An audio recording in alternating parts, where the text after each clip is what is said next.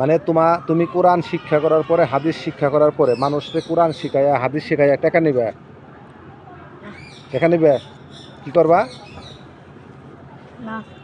বিনা পয়সায় কোরআন এবং হাদিসের যে জ্ঞান আছে এটা আবার শিক্ষা দেবা।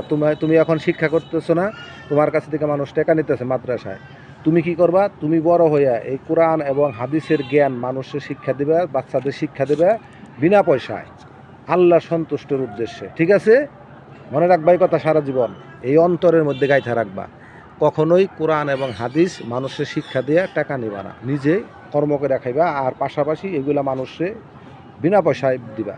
তুমি আচ্ছা, হাফেজ মাওলানা মুক্তি হইলে, আলেম হইলে তারপরে কি করবা?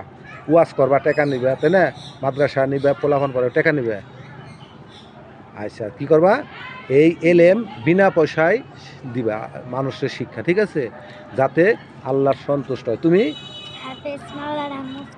হ্যাঁ সবই হইলা হাফেজ